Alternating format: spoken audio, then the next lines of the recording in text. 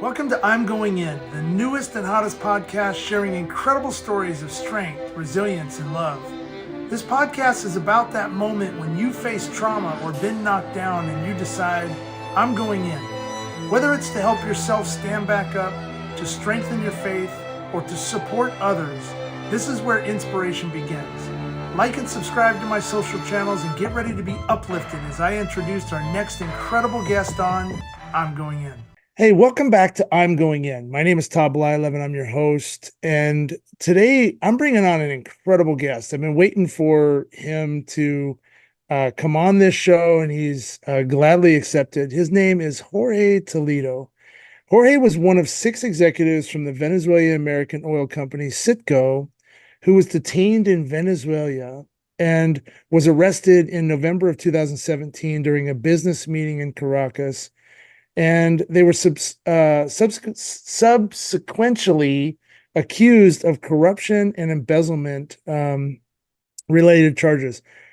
Jorge is going to go into sharing this gripping tale of survival and recounting the challenges he faced during his time in captivity in Venezuela, and shedding light on the complexities of hostage diplomacy. This is a great episode, everybody. Jorge is a musician, marathon runner, husband, father, grandfather, an advocate for creating awareness to the threat of hostage diplomacy. And Jorge, like we were talking about before, my show was all about the moment when you decided you're going in. And I'd love to get into the nitty-gritty of this, get into your background, what happened over there, but really too, which I think is really important for our audience members, first responders, combat vets, general, teachers, everybody that's listening to this.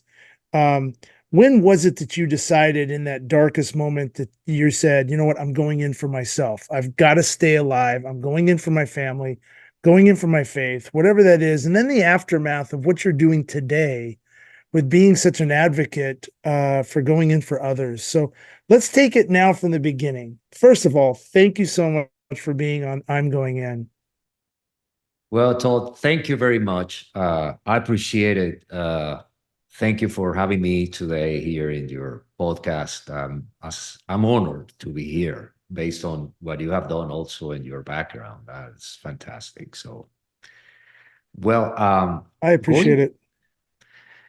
Going to your question on the background, I think it's important to provide some context on the issue because just to from the broader standpoint, this was a geopolitical issue.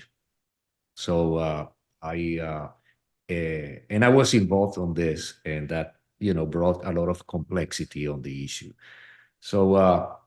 Talking about myself, so I was born and raised in Caracas, Venezuela. I came from what was called the post-war culture. You know, so immigrants coming into the Americas and then settling, and then I was very lucky to have a fantastic education until go to college and getting my mechanical engineering degree.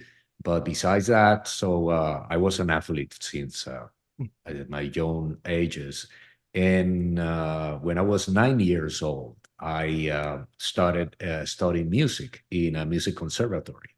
So I went through the formal music education, and I started from the instrument standpoint, I started playing classical guitar until reaching the 4th year of classical guitar when I switched and I into upright bass.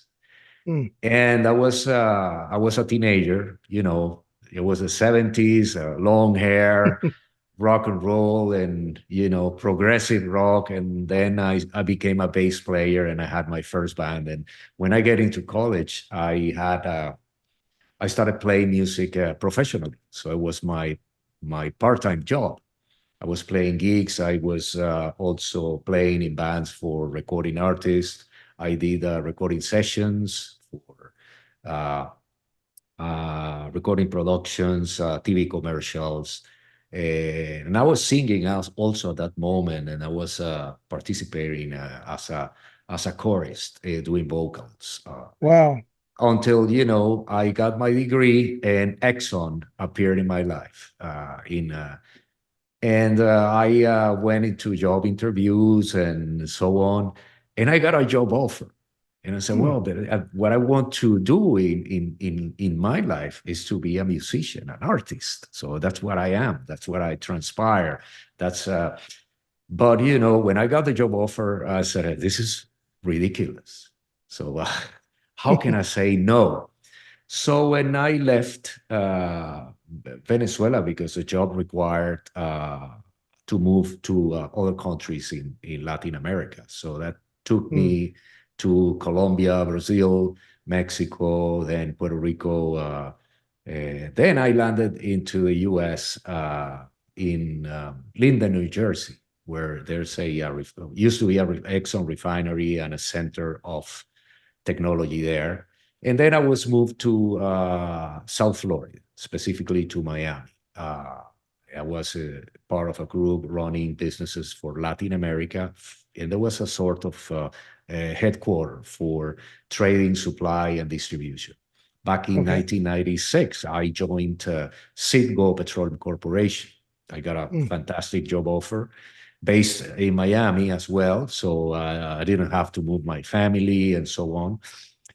So, and I switched to Citgo Petroleum Corporation, which is an indirect subsidiary of the National Oil Company of Venezuela. Okay. Uh, is an indirect subsidiary because the because of fiscal and legal requirements in the U.S. They need to have to operate as any other independent business from a related company or a parent company. Hmm. Otherwise, that might be the risk of a violation of a federal law in the United States, which is the FARA, F-A-R-A, federal law. It stands for Foreign Agent Representative Act. Okay. So, and if a corporation is identified as a foreign agent, it has to go through a very strict scrutiny. First of all, it cannot operate as a business because it's representing a foreign country. And secondly, it is susceptible to annual audits from the IRS and the Department of Justice. Hmm. So Citgo operated, although there's a relationship with Venezuela from the legal and fiscal standpoint, Citgo acted as another refining company in the U.S. Okay. So I developed a career in that company until reaching an executive level. So my last job in Citgo was the vice president of supply and marketing. So I was Wow. if the, if you see, or just to use a metaphor to describe the refining business, refineries are like a box.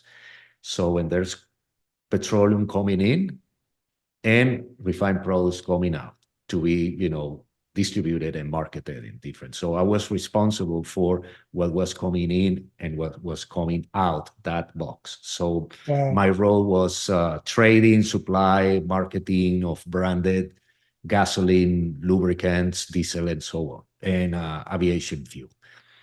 So the it was pretty difficult to manage a business like this within the relationship between the U.S. and Venezuela after Hugo Chavez took office back in 1999. Okay. During the second term of President Obama, there was the first sanction imposed by the U.S. to Venezuela. And then the relationship between the two countries started deteriorating until the Trump administration that imposed more economic sanctions in 2017, specifically in August. So handling a business in the U.S. with this, circumstance was pretty difficult. From the transactional credit, developing new business standpoint. It's very difficult because my role and the other executive role was to keep the corporation operating within the all the laws and regulations of the United States of America. Meaning, we need to operate avoiding any, violation of an economic sanction. So in by November 2017, I was asked to, within all this, environment, political and economical environment, I was asked to attend a meeting in Caracas, Venezuela, to discuss plans for the future and so on. But the meeting was very unusual because I was requested to travel the following day, like in an urgent basis. And I was invited along other five Citgo executives, which, by the way, happened to have dual nationality, Venezuelan and U.S. So we And who said, well, invited you? Who invited you? and that meeting invitation came from the office of the president of the National Oil Company of Venezuela, Hmm. PDVSA. So that was came directly, and regardless the uniqueness of the request, so it was a business meeting that we said, well, we have to go. It was Yeah. we were starting the Thanksgiving week.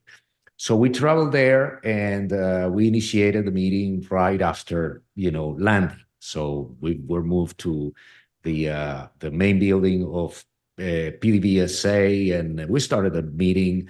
The following day was a second day meeting, and we were required to stay one more day just to wrap up.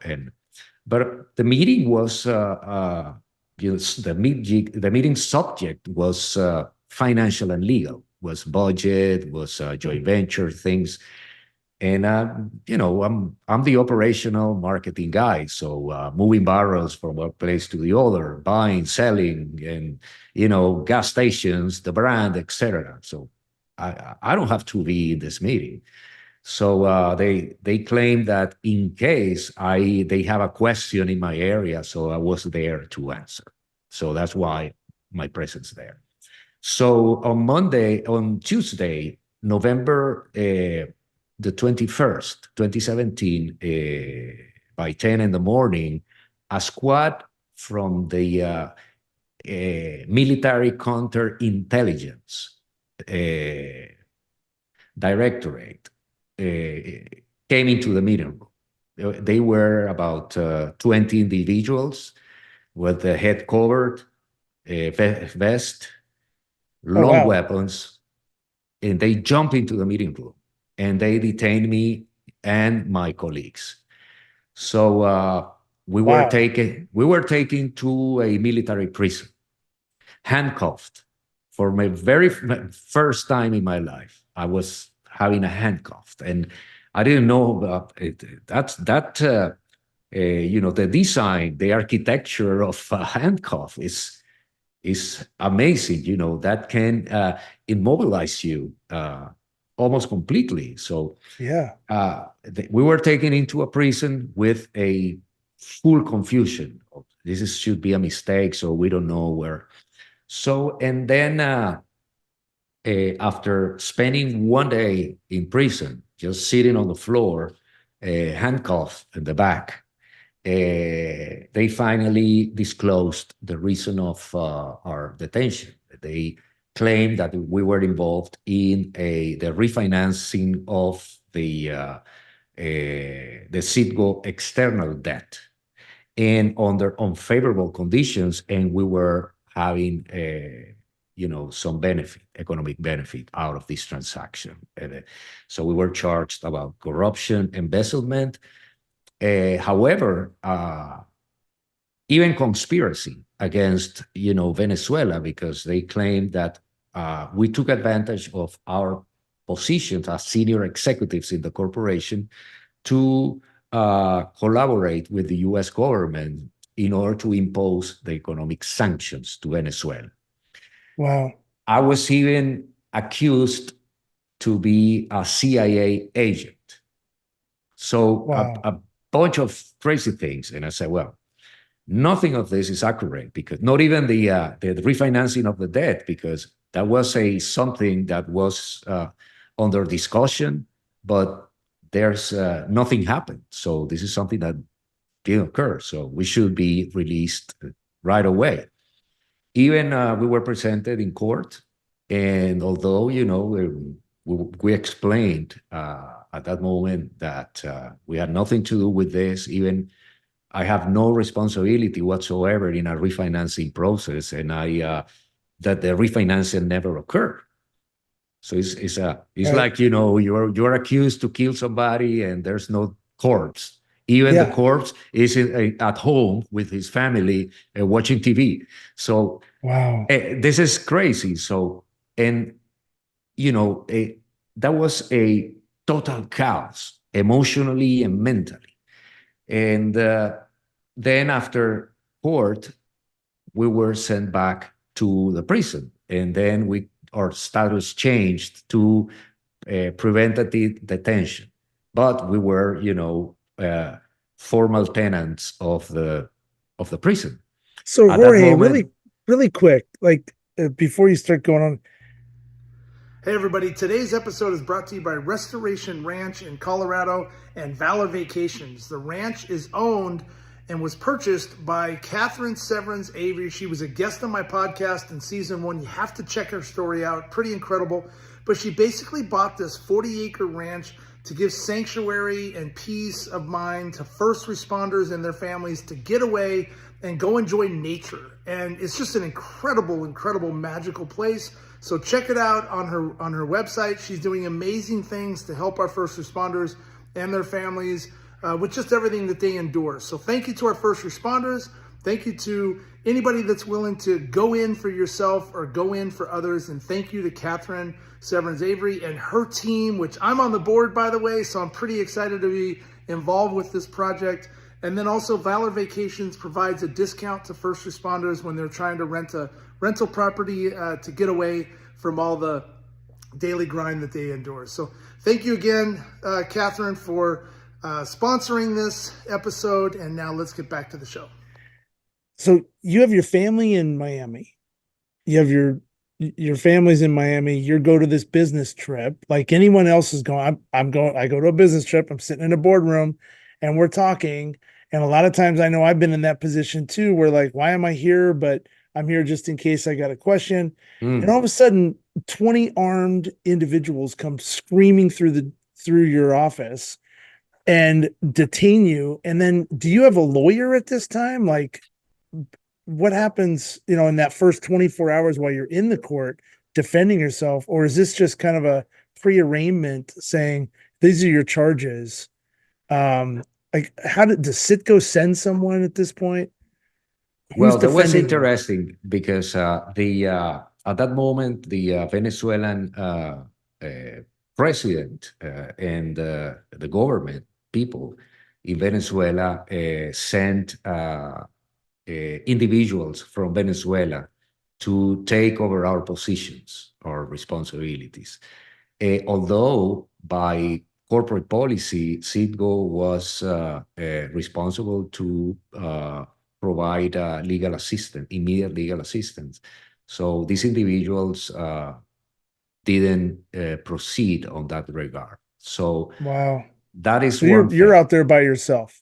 You Yeah, and these other, go ahead. Yeah. and in addition to that, we were deprived to have contact with our families and with attorneys. Wow. So when something like this happens and nobody knows where you are and you are not allowed to have contact with the external world, that is what the Rome Statute of the International Criminal Court defined as an enforced disappearance. And an enforced disappearance is a crime against humanity who could be prosecuted by the International Criminal Court. So as a matter of fact, in addition to this, the detention was carried out without having a warrant. So there Wow. was no warrant. So that's violate also not only the local and international laws, that violates the fundamental rights of an individual. So that is the context of the detention and how from the very beginning the local and international laws were violated, in addition to our fundamental rights as humans. That's absolutely, I mean, it, it's amazing, just on how country to country it can be so different, but yet they're just setting their own rules. So, what happened now after the first 24 hours and you're realizing, okay, I can't call my family, I can't call an attorney, I have no rights basically.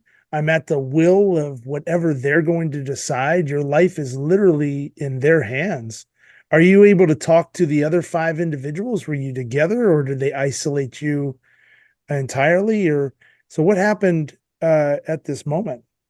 Well, at the very beginning, before going to court, we were together and we were able to talk, but there was all confusion, so nobody could explain logically and rationally what was happening. So once in court, and we were, accused by the country's prosecutor, we were sent back to the prison. So, and by Venezuelan law, there is a 45-day time frame that the prosecutor has to submit a formal indictment through court. And then we're supposed to be taken to a preliminary hearing in court when the judge will evaluate if the accusation from the prosecutor has merit or not. And if the answer is yes, so we're taken into the next step, which is trial.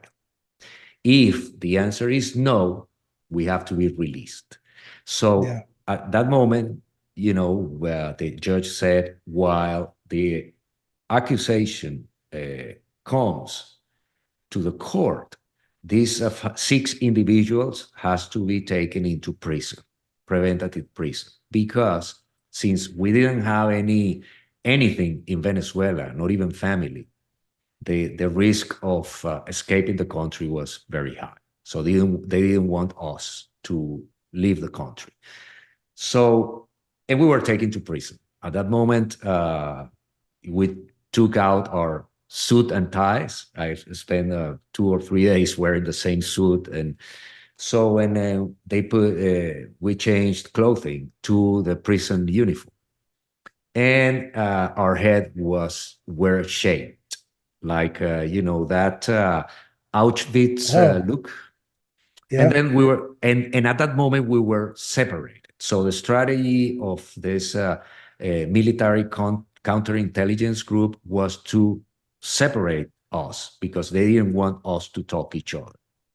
And I was Wow. taken to a cell with other cellmates. So it was a cell for 6 people. We were 10, and that is when the journey started. So when they closed the cell door and they lock it, that's metallic sound of a lock against a metal door. That is when I said, well, the journey is just starting. Wow. That's, I mean, how you're probably now knowing this is not going to turn out well. Were you in fear for your life? I mean, mentally, you got to be in survival mode at this point. Now being in, let's call it general population, right, with other cellmates that you don't know who these Mm. characters are. So you're probably in some form of a survival, uh, defense mode, right? At this point, trying to figure out what the heck is going on. What were you feeling in that moment? Well, I feel that my life was in jeopardy because I didn't know. who were these guys with me. Yeah. But I think that they noticed my facial expression of panic. That immediately they said, "We are not criminals. We are not murderers. We are political prisoners. So you are Wow. here with good people," and that was true. I was with some members of the military that were taken into prison because of being against the regime. Yeah. I was also with local entrepreneurs, business people with assets, owners of, companies, production units. They were in the manufacturing of goods and services for the petroleum industry, but also in the food sector. Uh, uh, and I came in with nothing, not even with a toothbrush, not even Wow. nothing. So these guys gave me some, bars, a soap bar and toothpaste and so on. So, but it was a lot of confusion. The first 30 days or 60 days. So it was like, waiting for somebody to unlock the door saying this is a mistake or so. But after 60 days, the prosecutor formally submitted the accusation to the court. Therefore, our process all the way to the preliminary hearing started. So in that accusation, so there was a detail on the charges and so on, but we had to wait until the preliminary hearing, and nobody knew when this was to occur. And that is what I call, the when I moved from the chaos segment to what I call the reality check, because Wow. I realize, you know, I'm going through the entire process. I need to find a way to get legal representation. And I started, realizing that I was in the midst of a geopolitical affair. And when you are within a geopolitical affair, that means that two countries needs to discuss and talk. And the times of politics and diplomacy, the timing of politics and diplomacy is very, very long. So I I immediately recalled one song during the early ages of Elton John, Rocket Man. And Wow. the chorus said, and I think it's going to be a long, long time. So that was Wow. my reality check. So and this was a fundamental moment because I am Buddhist. I practice Buddhism since 1985. One of the important things to understand life from the Buddhist standpoint is to see reality as it is and not through illusions such as our ego, or some of our desires, some of our shortages. Is the reality as is, because the circumstance is the circumstance, the reality is the reality. What changes is the way to you approach that reality, and that Yeah. is what makes a difference. But Mm. reality as it is a fundamental moment. And that was my fundamental moment in prison, when I realized how was my reality. And I that is the moment when you ask to yourself, what am I going to do? Yeah. Am I going to survive?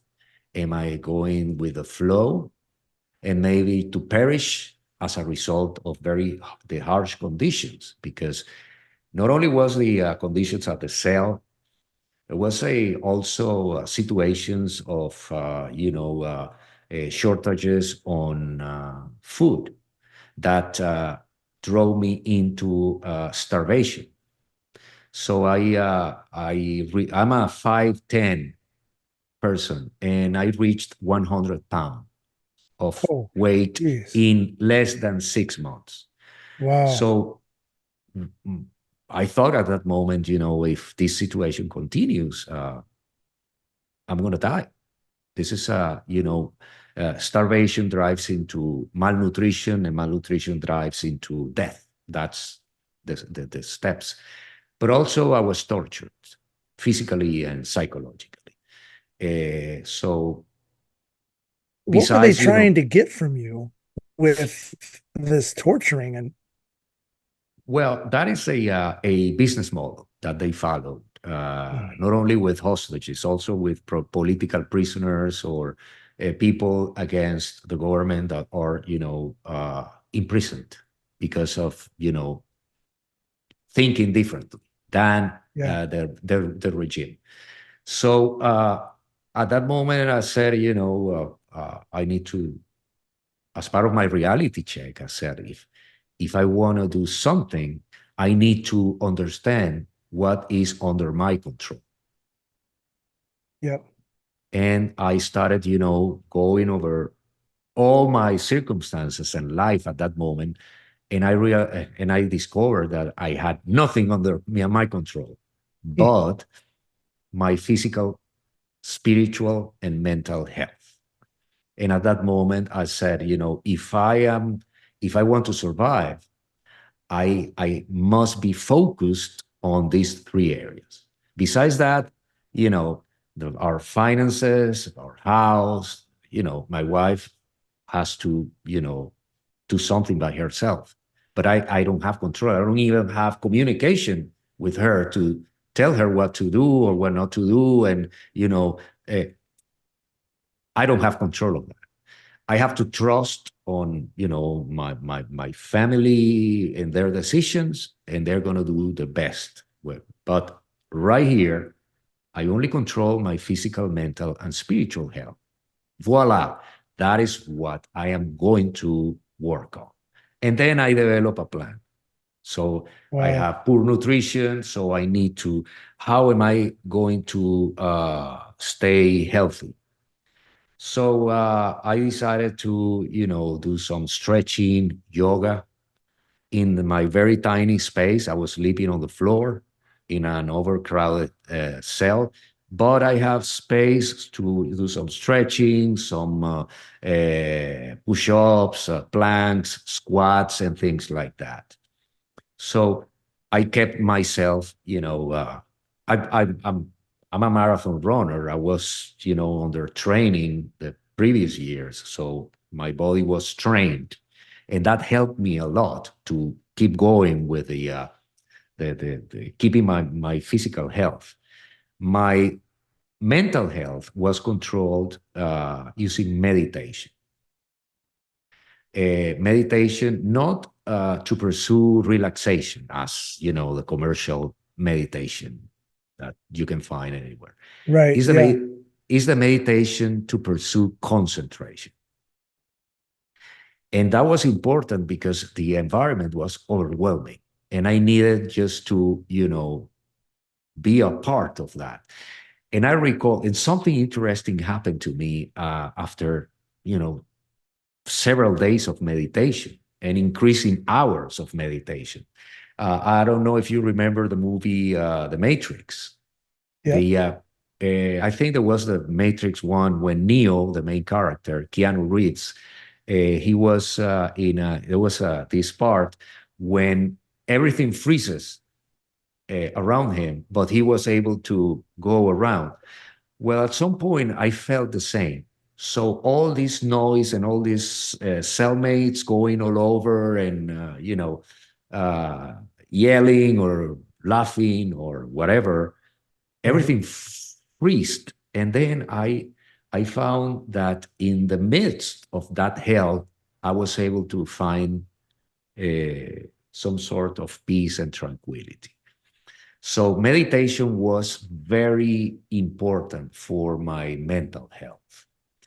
So really quick, in that time, um, I have a question about your communication with your wife and your family. But first, that was your defining moment when you realized I need to go in for myself.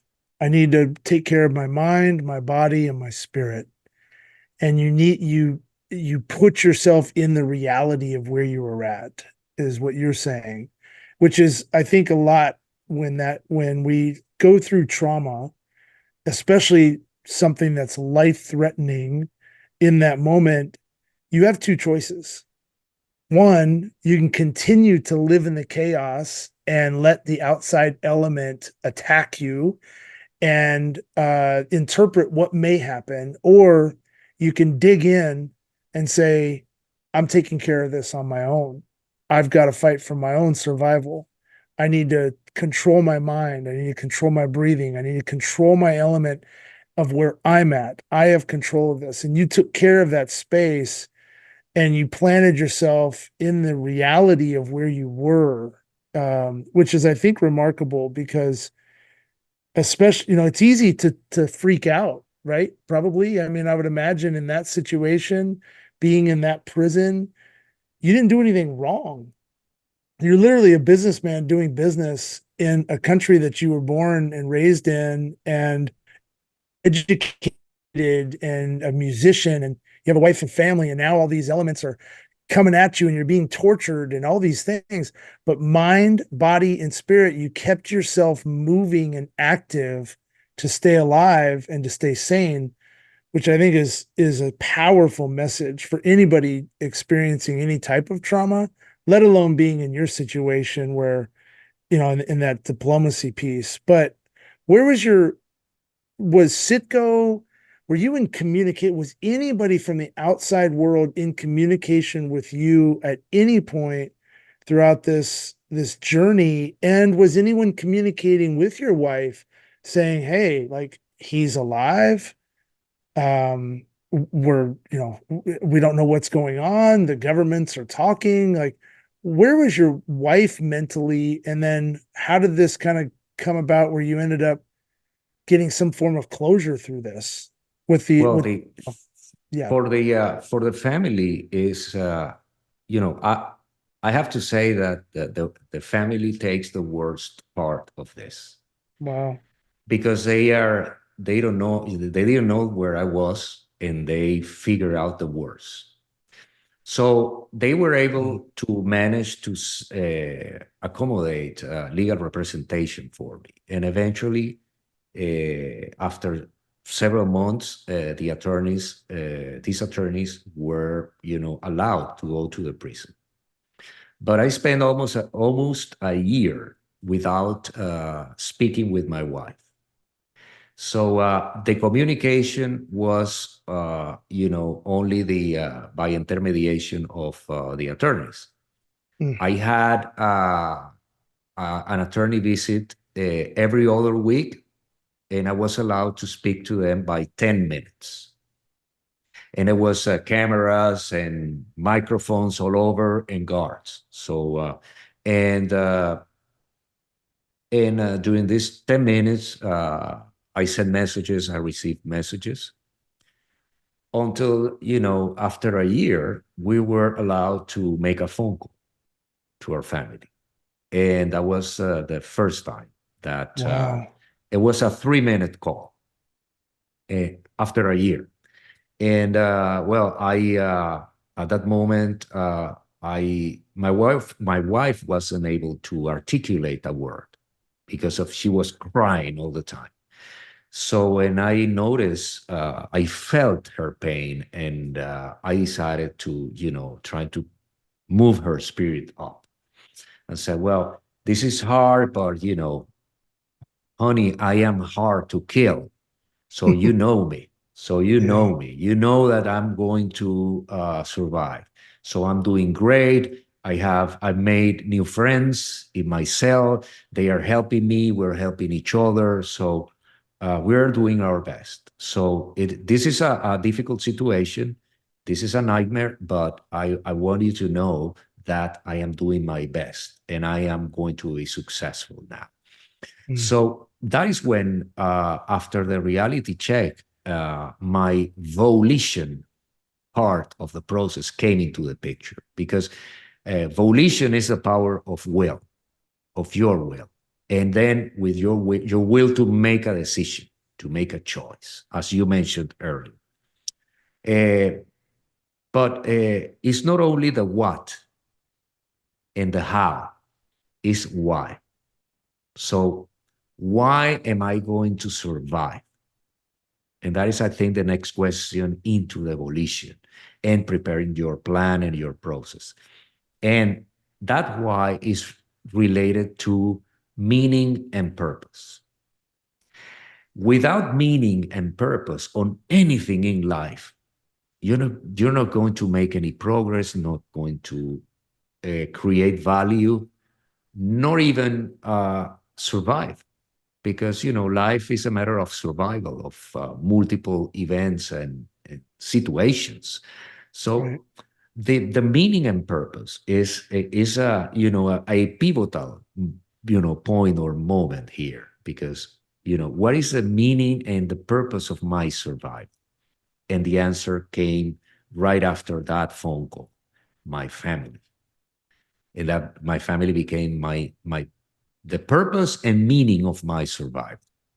Wow. So, and that was triggered by that phone call with my wife. I said, I'm going back to my family stronger than before, as a better man than before. And that commitment drove my determination to put in place a plan to survive. I didn't know how long my ordeal was going to take, but what I was, my conviction on my survival was very strong. So as a result of that meaning and that purpose, and that conviction drove determination, and that determination drove an action plan. But determination without action is just wishful thinking. So when Right. you execute, you work on a plan, work on a process, and you start executing. That fuel uh, is burned in that engine of your volition. So that is what determination, uh, and that ends into action. And that action was, what I did to preserve my physical, mental, and spiritual health. Yep. Yeah. Amazing. I mean, that's when you decided just to stay alive and you had the purpose of your family. And I know even in my situation and going through, the mass shooting in Las Vegas and the 8 hours and boots on the ground, and I'm running back and forth and going into danger and trying to, save as many people as you can. The main purpose was not only to help people, but to also get back to my family safe.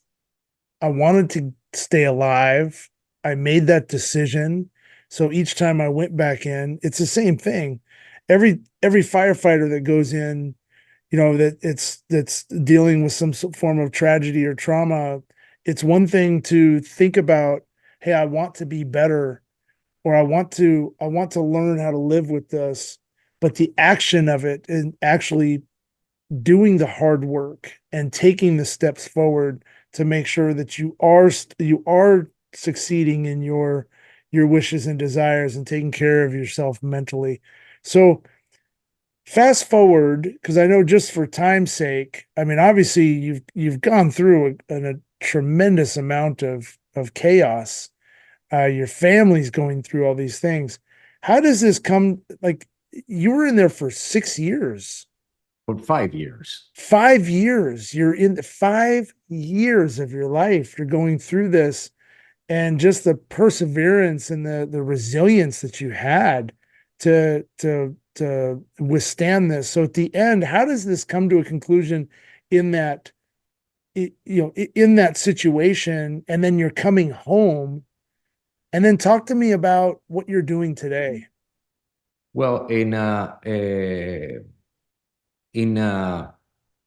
from August to November 2020, we went into trial. And regardless not having any evidence, I was sentenced to 8 years and 10 months of imprisonment, along with my colleagues. So that was a one of the worst moments of the challenge, because I was sent back to prison. Wow. However, that was a moment of that was the election year, and starting the 2021, the Venezuelan government started like sending messages to the new administration. So we want to rebuild the relationship. So the diplomatic relations were suspended between the two countries. So, and then it was more like a vox populi that the Venezuelan regime wanted to negotiate with the U.S. government uh, on our release. But it was finally what they were proposing was a quid pro quo. So meaning that our release was contingent to the release of some Venezuelans imprisoned in the United States. So that went through the entire 2021, when the new administration was in place. And by the end of 2021, particularly in December, early December 2021, we had the visit of a delegation from the Department of State of the US in prison. They wanted to uh, visit us to check our health and so on. They were in Venezuela discussing with the government several issues. One of them was our release.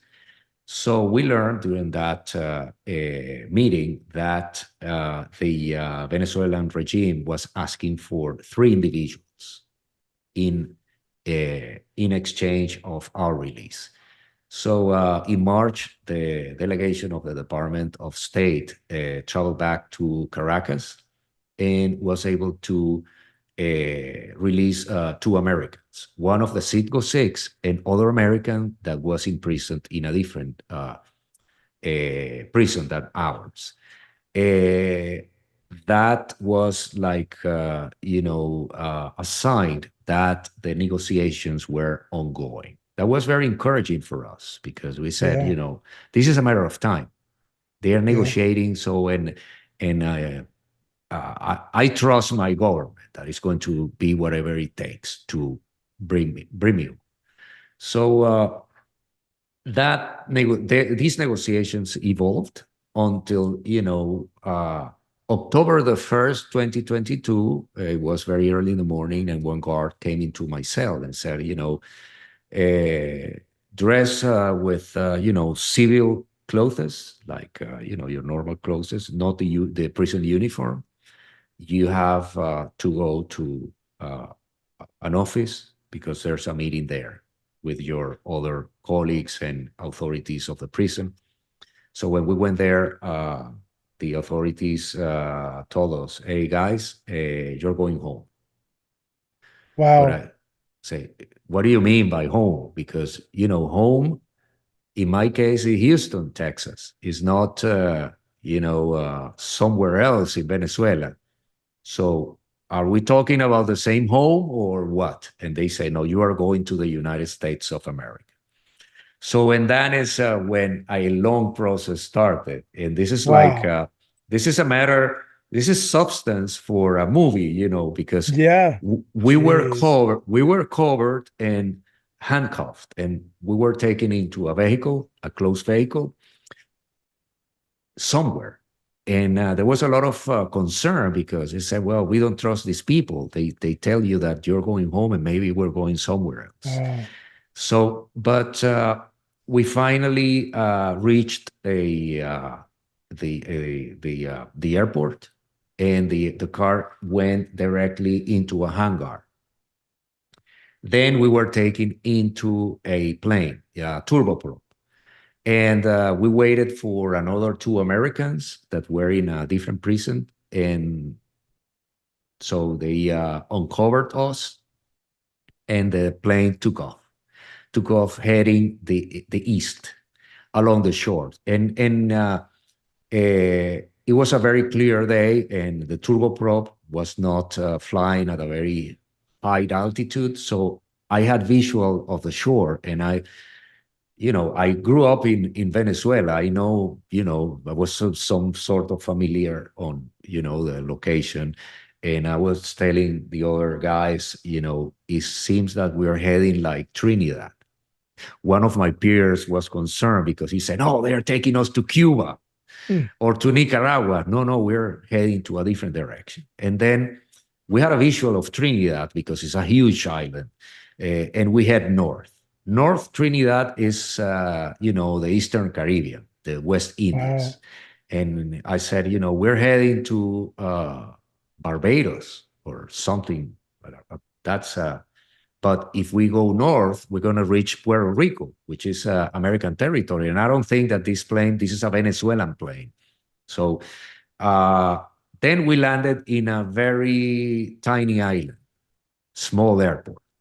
The airport was, you know, with no people. There were no people in that airport. Just, the airport, and the plane landed and moved aside, and we were waiting inside the jet with the engines on.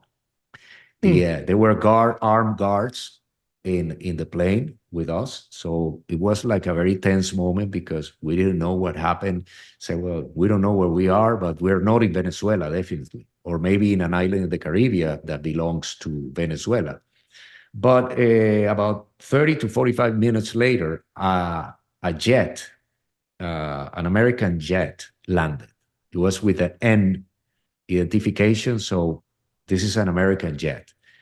And then another jet with a Venezuelan identification landed. So we were two planes. So we waited 30 more minutes, and the airplane gate opened, and two individuals came in.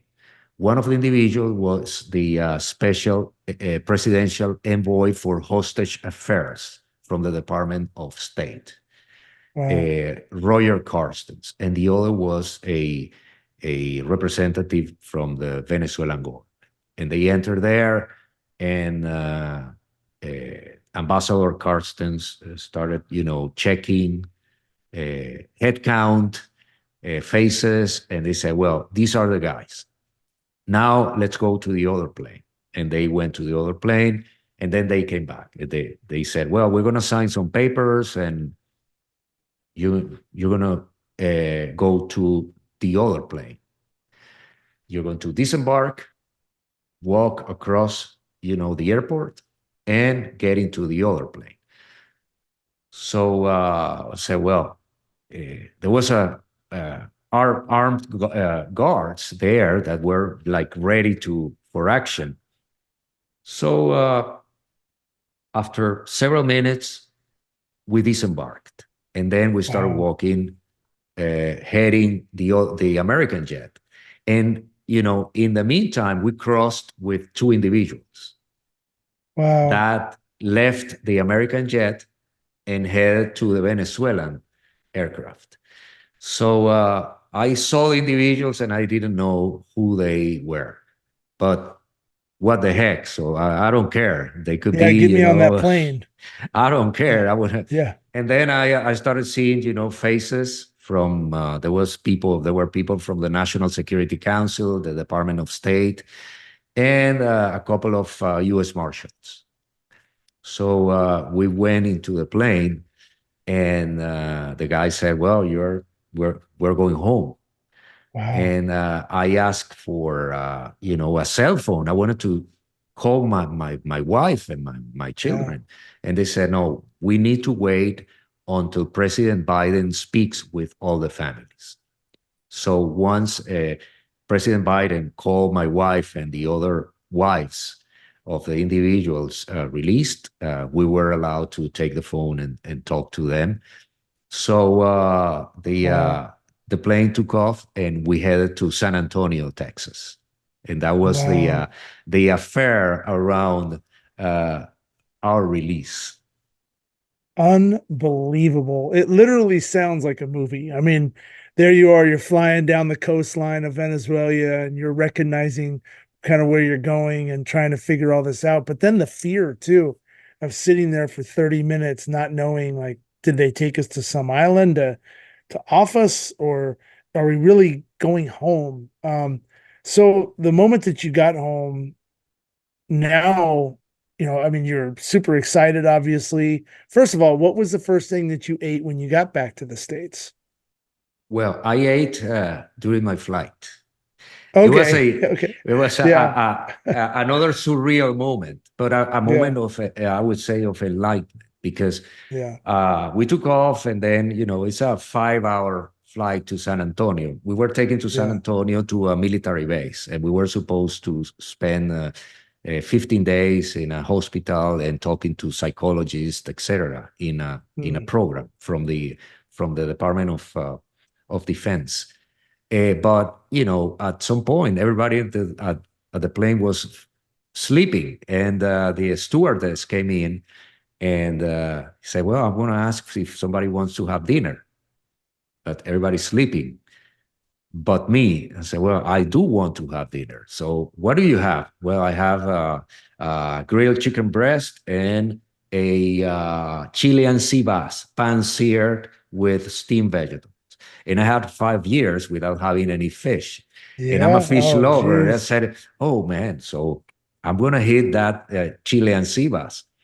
And by the way, do you have white wine to pair with this? Oh, yeah, sure. I have a very nice Pinot Grigio. Oh, bring me one glass of that. So Oh, man. I was having my Yeah. fish, and immediately I thought, in less than 24 hours, I was in a dungeon Yeah. with a very high uncertainty on the future. And now I am in this jet. I am having this wonderful Chilean sea bass and this very nice Pinot Grigio. So my first thought was, this is not casual. I am here and I survived because of a reason. Mm, So this is something that I need to discover. But if I am here, it's because what is waiting for me in a home, it's something that is my mission. So, yeah.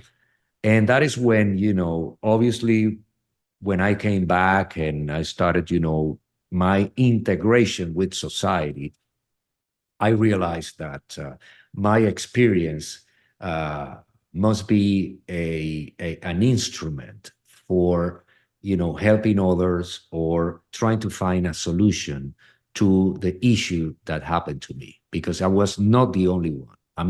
Yeah. I was not the first nor the last, Yeah. because all over the world, we have the same issue.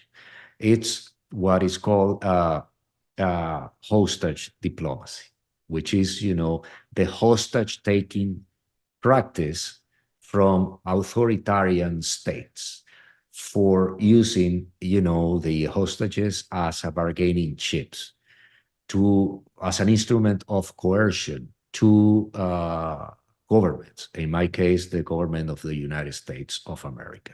This is becoming a global issue and is becoming a component of the foreign policy of these authoritarian regimes, such as Venezuela, Nicaragua, Cuba, Russia, China, Iran, Syria.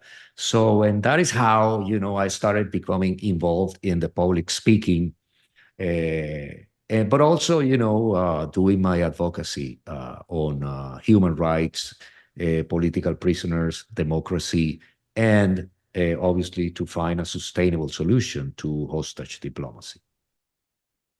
Jorge, man, your story is so impactful in so many different ways, not only on the education of survival through an extreme situation, the endurance factor that you had, the mind, body, spirit play, the Buddhism that helped you stay alive, and just your inner being, and then the aftermath, your light of life on just how you are now going in to help others is truly impactful. So many people are going to listen to this and not only just hear an amazing story of survival and strength and resilience, but it's educational. I know that, a lot of us travel overseas all the time, and always be conscious of where we are and what we're doing. You had a positive outcome. I'm sure that some do not, right? But in the interim, how are people, able to get in touch with you, learn more about your public speaking? Obviously, I'm going to be sharing this throughout the podcast, so we'll have some pieces that have already come up while we're talking. But how do people get a hold of you now and learn more? Well, primarily, I'm using my LinkedIn Okay. profile that I can Yep. be reached there, or Instagram, Facebook. Also, I have the website. It's iconoclasticartistry.com. That is Okay. my company that I have set up for, as a foundation for my activities.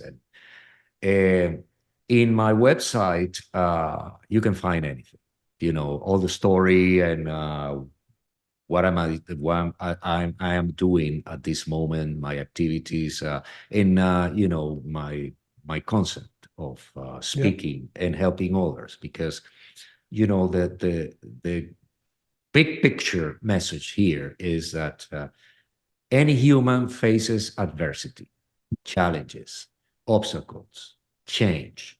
Impermanence is the rule of the universe, but depending on ourselves, we can extract value out of that adversity situation, changes, obstacles, and challenges. It's our own Right. decision.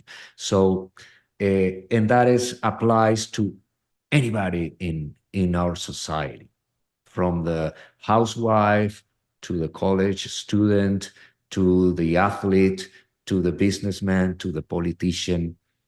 It's that's the package, and that's the message that I want to convey. It's so powerful. You really are you're so articulate. You're extremely interesting to listen to. Your knowledge, it just keeps coming out. So I'm definitely a fan.